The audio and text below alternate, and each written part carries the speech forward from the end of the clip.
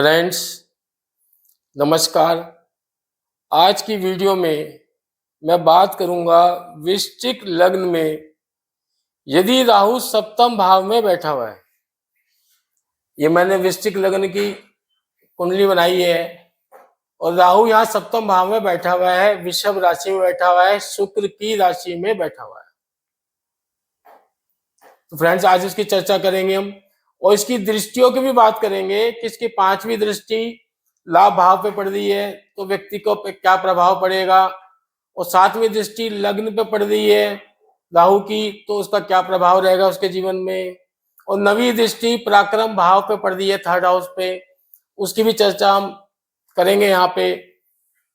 तो फ्रेंड्स, सातवें घर का राहु सामान्यता चांडाल तथा लक्ष्मी का नाश करने वाला होता है, जो सामान्य नियम है सातवें घर का।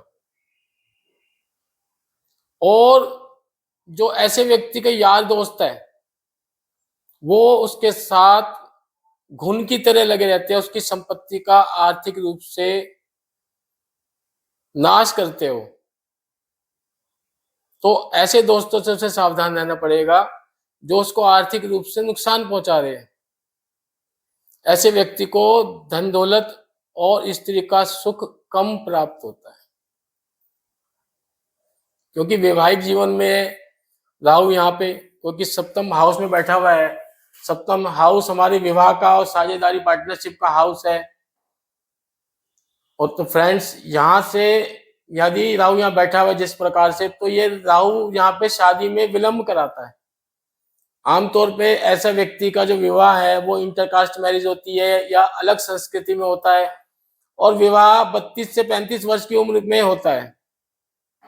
परंतु यदि हम कोई इसका उपाय करते हैं तो विवाह हमारा उससे जल्दी भी हो सकता है, या यदि शुक्र की पोजीशन आपकी कुंडली में मजबूत है या गुरु की पोजीशन मजबूत है तो वो इस स्थिति पे प्रभाव डाल सकती है। और नहीं तो आमतौर पे जो सप्तम का राहु है, मैंने उसकी बात की है कि वो विवाह में विलंब कराएगा, इंटरकास्ट मैरिज कराएगा और आपके वैवाहिक जीवन में भी कलेश रखेगा, वैचारिक मतभेद रहेंगे। क्योंकि आप यहाँ देखें, ये मंगल की राशि है, वृश्चिक राशि, और यदि यहाँ मंगल बैठा हो तो ये विवाह में और दिक्कत करेगा, लड़ाई झगड़े कराएगा।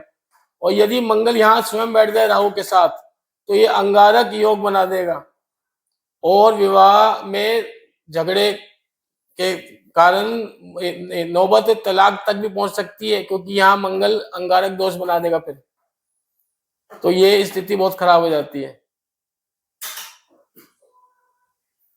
तो फ्रेंड्स, हमें मंगल की प्लेसमेंट देखनी पड़ेगी अपने कुंडली में, शुक्र की देखनी पड़ेगी और गुरु की प्लेसमेंट देखनी पड़ेगी, और इस सभी की चर्चा मैं यहाँ पे भी करने वाला हूँ।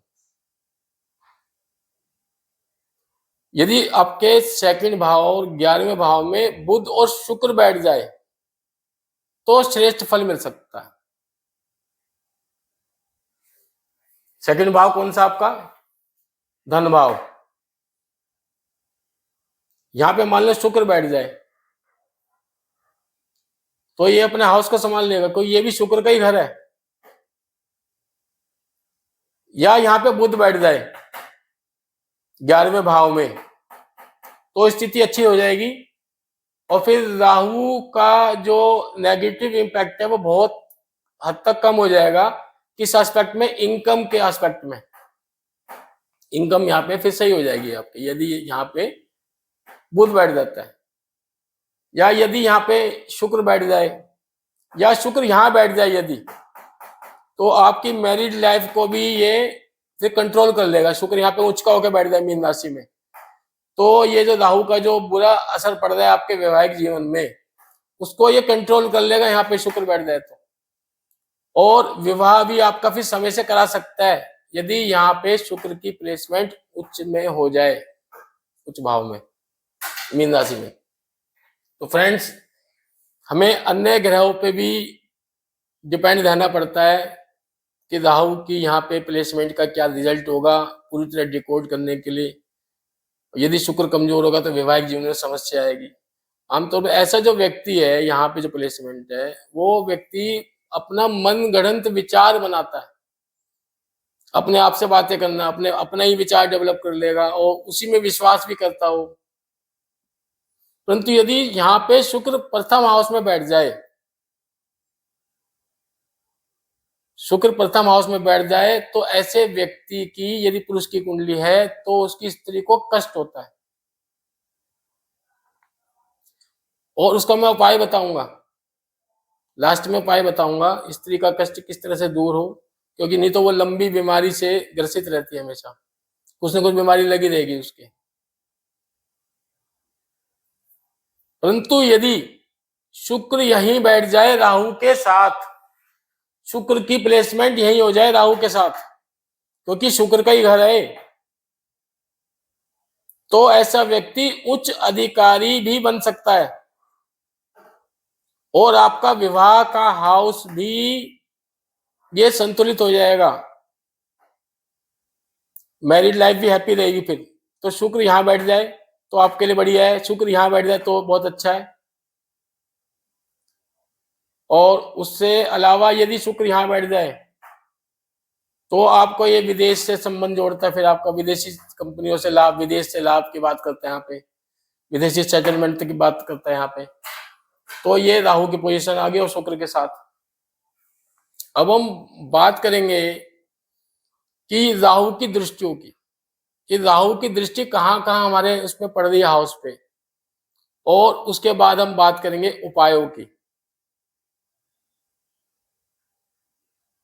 क्योंकि ऐसे व्यक्ति का मैंने बताया सामान्यतः नियम यही है कि विवाह लेट होगा, इंटरकास्ट मैरिज होगी, अलग संस्कृति में होगी, और ऐसे व्यक्ति का जीवन साथी मॉडर्न होगा, ये सब बात निश्चित है।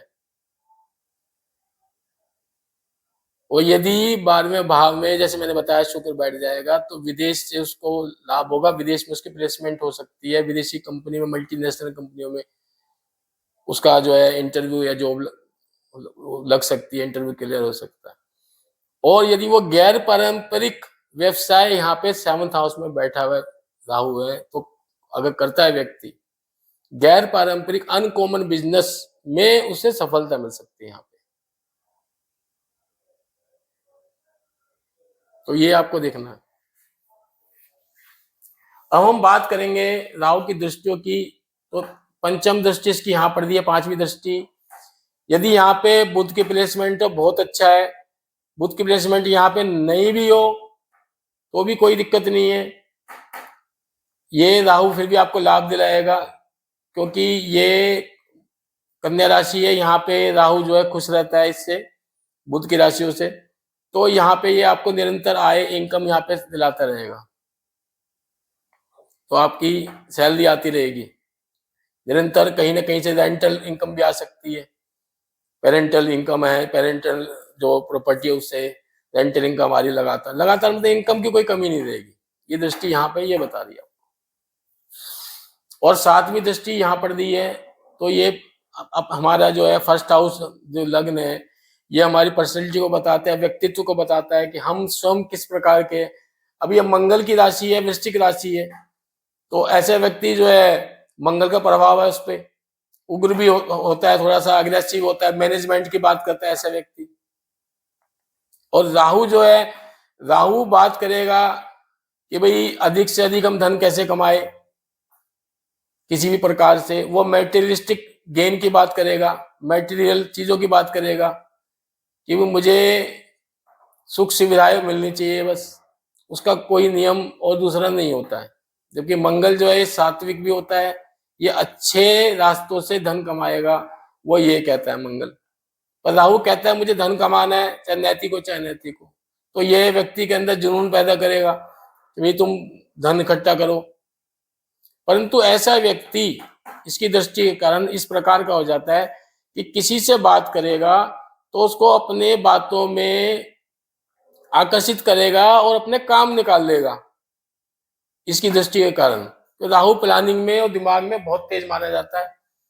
तो ये दृष्टि जो है व्यक्ति को व्यवहारिक बना रही है, व्यवहार में ऐसा व्यक्ति फिर कामयाब रहता है, सफल रहता है अपने काम पूरे करने के लिए।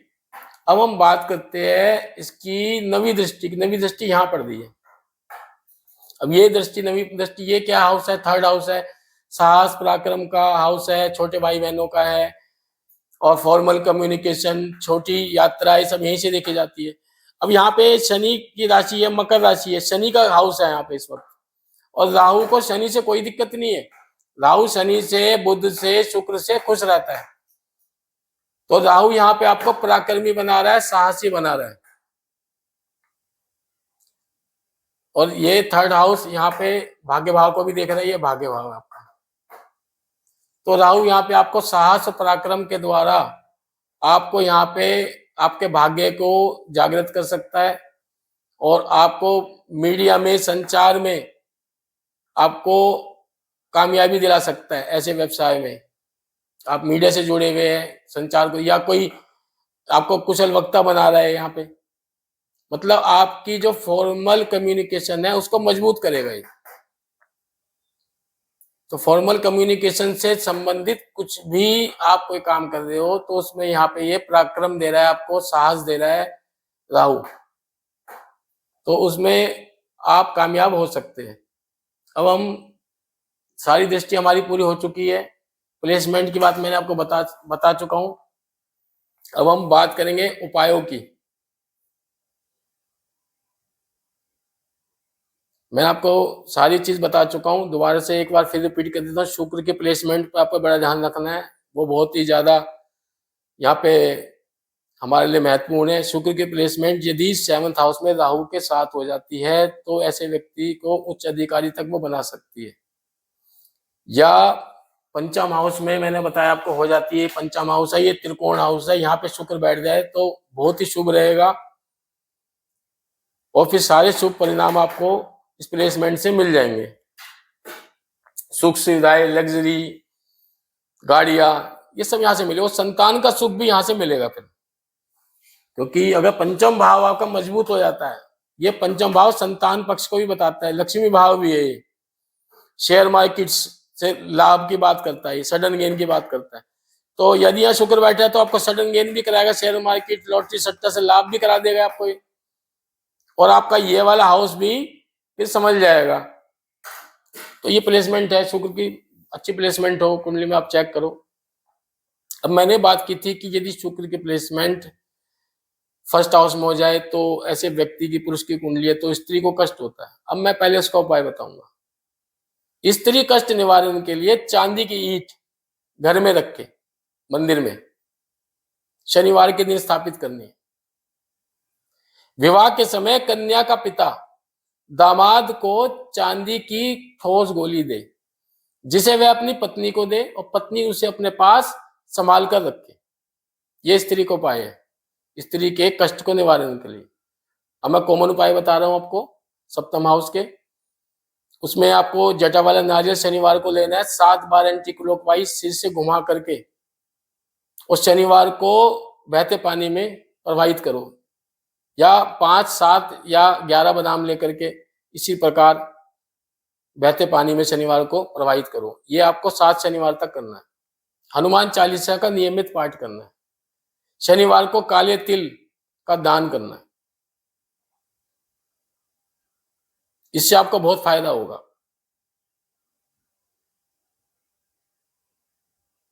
क्योंकि ये वैवाहिक जीवन भी आपका, अगर गलत पोजीशन में बैठे हुए चीजें मैंने बताया अगर हमारे अनुकूल नहीं है, शुक्र ग्रह, गुरु ग्रह, या वो बाकी जो मैंने आपको अभी विस्तार से बताया था, बुध है, जो भी जो ग्रह है अगर हमारे इसमें कुंडली में सही नहीं है तो हमें इसके उपाय तो करने ही पड़ते हैं फ्रेंड्स, क्योंकि उपाय ही हमारा प्रायश्चित है। जो हमारे कुंडली में जो ग्रहों की प्लेसमेंट यदि बुरी है तो इसका मतलब ये हमारे पाप कर्मों के अनुसार ही हमें फल मिल रहा है।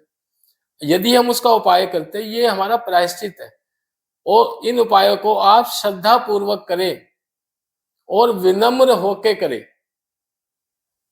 ये ना हो कि भाई आप सिर्फ एक फॉर्मेलिटी पूरी कर रहे हो, या आपको उसमें संदेह है तब कर रहे हो आप। यदि आपको संदेह होगा या श्रद्धा नहीं होगी तो आपको किसी उपाय से कुछ भी फायदा होने वाला नहीं है। तो आप उपायों को श्रद्धा पूर्वक और विश्वास पूर्वक करें, ये मेरी आपसे रिक्वेस्ट है। और अब मैं ये क्लास यहीं समाप्त करता हूँ। और यदि कोई क्वेश्चन है, ये व्हाट्सएप नंबर है मेरा, आप उस पर पूछ सकते हैं 9250946428, ये नंबर है, इस पर आप मुझे कनेक्ट कर सकते हैं व्हाट्सएप पे। और मैं आपसे रिक्वेस्ट करूंगा मेरी वीडियो को लाइक करें, शेयर करें और मेरे चैनल को सब्सक्राइब करें ताकि सारी वीडियो आप तक पहुंचती रहे। और बेल आइकन को दबाएं, पुश करें, नोटिफिकेशन आता रहे और आप हमसे इसी प्रकार जुड़े रहे। नमस्कार।